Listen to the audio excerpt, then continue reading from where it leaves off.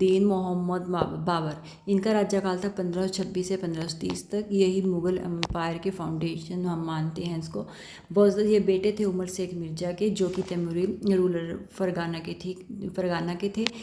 और मदर थी इनकी कुलतुग निगार खानून, जो कि अगर ये माने चंगेज़ खान के वंश की थी। ठीक है, तो बाबर क्या था कि तैमूरी तो था वंश, तैमूरी वंश के, तो ये अपने फादर की साइड से था।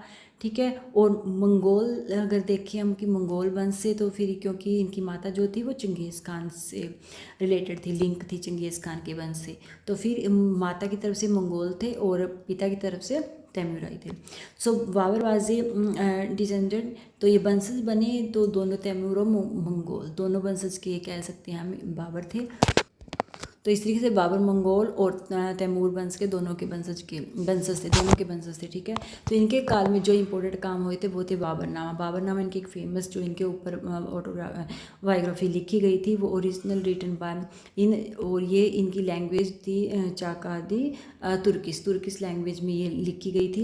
ये बहुत ही कह सकते हैं एक इम्पोर्टेंट ऑटोबायोग्राफी मानी जाती है, क्योंकि इसमें क्या है हिस्ट्री में, क्योंकि उस समय के काल के जो भी काम हुए, युद्ध हुए, चाहे कुछ भी वहाँ पे कार्य हुए, वो सब इसमें मेंशन है। ठीक है, तो बाबरनामा काफ़ी फेमस है इनकी।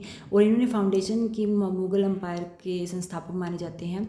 इन्होंने इब्राहिम लोदी को हराकर पानीपत की बैटल में इन्होंने इब्राहिम लोदी को हराया, तो उसकी विक्ट्री से ही शुरुआत मानी जाती है मुग़ल एम्पायर की। ठीक है, और इन्होंने अपने समय में मॉस्क्यू एंड गार्डन्स काफ़ी बिल्ड किए। ठीक है, मस्जिद वगैरह, जैसे एग्जांपल के तौर पे जो काबुली बाग मॉस्क्यू है वो इनकी बनवाई हुई थी। मिलिट्री में अगर देखें तो इन्होंने gun powder, cannon's and field जो भी artillery effective in Indian warfare, तो जो भी इन्होंने गन पाउडर मान लो, जो बारूद वगैरह जो भी यूज़ करने, वो अच्छी तरीके से इन्होंने बहुत अच्छी तरीके से मिलिट्री में यूज़ किए।